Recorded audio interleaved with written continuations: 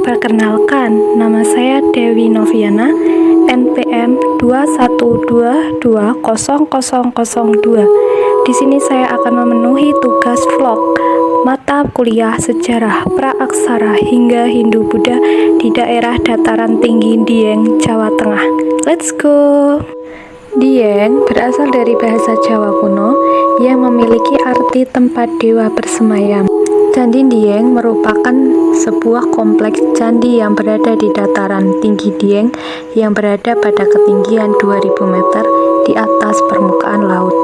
Kompleks candi ini juga merupakan salah satu candi tertua di Jawa yang dibangun sekitar abad ke-7 hingga abad ke-9 Masehi. Area kompleks candi ini juga memiliki wilayah yang cukup luas, memiliki panjang hampir 1.900 meter dan lebar sekitar 800 meter. Candi Dieng merupakan candi peninggalan agama Hindu yang beraliran Shiva. Diperkirakan dibangun pada masa pemerintahan Kerajaan Kalingga pada masa dinasti Wangsa Sanjaya. Selain Candi Dieng, beberapa candi Hindu di Indonesia diantaranya yaitu sejarah Candi Cetho, sejarah Candi Penataran. Candi Dieng terdiri dari 8 candi yang berukuran kecil. Hingga saat ini, nama candi dan sejarah berdirinya candi di Dieng masih menjadi misteri karena minimnya sumber dan masih sedikitnya penemuan prasasti-prasasti yang mengungkapkan sejarah di balik berdirinya candi tersebut. Namun, masyarakat lokal menamainya dengan tokoh-tokoh pewayangan yang terkenal seperti Arjuna, Gatotkaca, Darwati, dan Bima. Sejarah Candi Dieng diawali dengan penemuan sebuah prasasti yang berangka tahun 808. Prasasti tersebut merupakan prasasti tertua dengan tulisan Jawa kuno. Jadi, para ilmuwan menyimpulkan Candi Dieng dibangun pada pemerintahan Raja-Raja Wangsa Sanjaya. Di kawasan Candi Dieng juga ditemukan arca dewa Siwa yang saat ini disimpan di Museum Nasional Jakarta. Candi ini diperkirakan dibangun dalam 2 tahap, di mana tahap pertama pembangunan dilakukan pada sekitar pertengahan abad ke-7 hingga awal abad ke-8, di mana pembangunannya meliputi Candi Arjuna, Candi Srikandi, Candi Semar, dan Candi Gatotkaca. Kemudian pembangunan candi dilanjutkan pada akhir abad ke-8 sekitar tahun 780 Masehi. Diperkirakan juga semula Candi Dieng berjumlah 400 buah, namun sekarang hanya tersisa 8 candi yang bisa kita lihat. Candi Dieng juga dihuni pada kisaran awal abad ke-7 hingga awal abad ke-9. Pada tahun 1814, untuk pertama kalinya Candi Dieng ditemukan kembali dalam keadaan terendam dalam air telaga oleh seorang tentara Inggris yang kebetulan sedang berkunjung di daerah situ.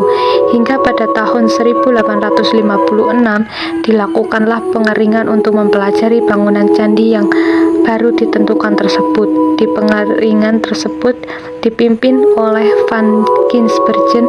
Kemudian setelah upaya pengeringan selesai, dilanjutkan dengan pembersihan bagian-bagian candi oleh pemerintah Hindia Belanda pada tahun 1864. Hingga penelitian dilanjutkan kembali oleh Van Ginbergen dengan mencatat dan mengambil beberapa gambar arsitektur Candi Arjuna. Candi-candi berada di Jawa Tengah bagian utara memiliki ukuran yang relatif lebih kecil jika dibandingkan dengan candi-candi yang berada di bagian selatan Jawa, seperti Candi Prambanan, Candi Sewu, dan Candi Borobudur. Selain itu, candi-candi di wilayah Dieng ini juga memiliki bentuk dan desain yang beragam, sangat berbeda dengan candi-candi di daerah Klaten, Yogyakarta yang lebih dengan bentuk yang hampir mirip dan berpusat di satu titik. Kompleks candi-candi di Dieng memiliki luas sekitar 720 meter persegi.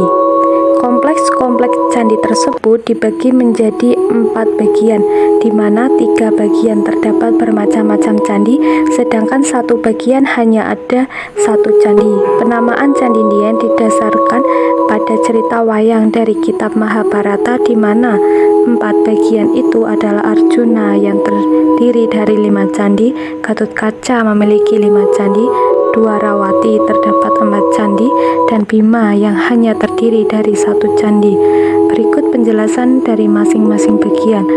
Kompleks Candi Arjuna memiliki 5 candi yang saling berdekatan yang berada di tengah kompleks Candi Dieng, di mana keempat candi tersebut berjajar dari utara ke selatan. Di sebelah paling selatan terdapat Candi Puntadewa, Candi Sembrada, dan Candi Srikandi, dan Candi Arjuna, sedangkan 1 candi lagi berada di depan Candi Arjuna yang bernama Candi Semar. Candi Puntadewa, Sembrada, Arjuna, dan Srikandi menghadap ke barat, sedangkan Candi Semar menghadap ke Candi Arjuna yang tepat berada di depannya. Kompleks Candi Arjuna memiliki bangunan candi yang lebih utuh dan dalam kondisi yang paling baik jika dibandingkan candi-candi di Dieng di kompleks lainnya. Candi Arjuna Dieng, bangunan candi menyerupai bangunan candi yang berada di kompleks Candi Gedong Songo Semarang. Memiliki bentuk utama persegi dengan ukuran sekitar 4 meter persegi. Candi ini memiliki alas yang juga cukup tinggi, di mana terdapat tangga menuju pintu masuk candi tersebut. Candi Arjuna juga dilengkapi dengan sebuah gerbang yang sedikit menjorok keluar dari bagian tubuh candi. Di atas pintu candi terdapat pahatan Kalamakara, yaitu sebuah pahatan yang menyerupai raksasa dengan taring di mulutnya. Biasa orang Jawa menyebutnya buto. Sedangkan di samping pintu terdapat bingkai yang menjorok hingga membentuk seperti jendela. Sepertinya tempat tersebut sebelumnya terdapat arca yang diletakkan di dalam bilik di samping pintu tersebut, namun saat ini Anda hanya bisa melihat bilik kosong. Begitu juga di bagian kanan dan kiri candi juga terdapat bingkai seperti yang berada di depan. Bingkai tersebut diukir dengan gaya khas candi-candi India. Di atas bingkai terdapat ukuran Kalamakara tanpa rahang, sedangkan di bingkai bagian bawah terdapat kepala naga, dan di bawah bilik jendela terdapat saluran air yang biasa disebut Jaladwara. Sedangkan bagian atap candi berbentuk seperti piramid yang berpundak, dan di setiap pundakan terdapat bagian yang menjorok ke dalam. Sebagai variasi candi, serta di tengah dari setiap tingkat terdapat lekukan yang menyerupai bingkai dan ukiran mirip pada dinding candi. Di bagian pojok di setiap pundakan juga terdapat mahkota yang sedikit runcing, dan masuk ke dalam candi terdapat sebuah tempat untuk meletakkan sesajen. Candi Semar berada di depan Candi Arjuna dan saling berhadapan. Candi ini berbentuk persegi panjang dengan atapnya berbentuk seperti rumah limas, hanya lurus dan memang seperti terpotong. Alas dari Candi Semar memiliki tinggi sekitar 50 cm. Di bingkai pintu gerbang terdapat ukiran kepala naga dan juga ornamen, sedangkan di atas pintu terdapat ukiran Kalamakara. Bagian samping kanan dan kiri terdapat lubang yang mirip seperti jendela, namun berukuran kecil.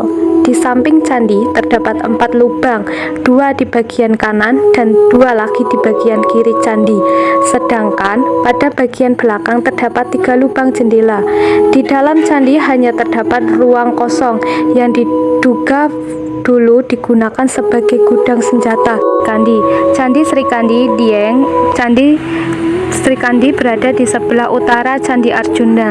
Candi ini berbentuk kubus dengan alas fondasi setinggi 50 cm. Pintu candi ini agak menjorok ke depan dengan tangga mengarah ke pintu dan menghadap ke barat. Sedangkan di dinding candi terdapat ukiran dewa-dewa agama Hindu. dinding sebelah kanan terdapat ukiran Dewa Wisnu, di dinding sebelah kiri terdapat ukiran Dewa Brahma, dan pada bagian belakang candi terdapat ukiran Dewa Siwa.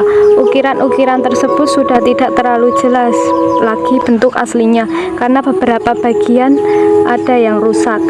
Candi Sembrada. Candi Sembrada terletak di sebelah Candi Srikandi. Pada dasarnya candi ini berbentuk persegi dengan bagian depan menjorok keluar. Begitu juga dengan bagian samping kanan dan kiri candi juga menjorok keluar. Jika dilihat dari depan seperti piramid yang berdiri vertikal. Candi ini memiliki bentuk yang cukup unik seperti rumah bertingkat, di mana pada bagian atas candi berbentuk seperti rumah limasan yang dibuat dengan batu. Candi Puntadewa. Candi Puntadewa ini memiliki fondasi yang bersusun hingga mencapai tinggi 2,5 meter. Terdapat pintu dengan ukiran seperti kertas yang terhubung dengan tangga menuju ke dalam candi. Atap dari candi ini juga berbentuk datar dan terdapat lekukan pada setiap bagian dinding atapnya yang berfungsi untuk menaruh arca. Sedangkan di dalam Candi Puntadewa ada ruangan sempit dan kosong. Di bagian dinding samping dan belakang candi juga terdapat jendela kecil yang juga dihiasi ukiran seperti pada pintu utama. Di depan candi terdapat batu yang disusun secara bertingkat dan dikelilingi oleh susunan batu yang dibuat seperti pagaran berbentuk persegi. Kompleks Candi Gatotkaca. Terdapat 5 candi di kompleks Candi Gatotkaca. Candi-candi tersebut adalah Candi Gatotkaca, Candi Petruk, Candi Gareng, Candi Nakula, dan Candi Sadewa.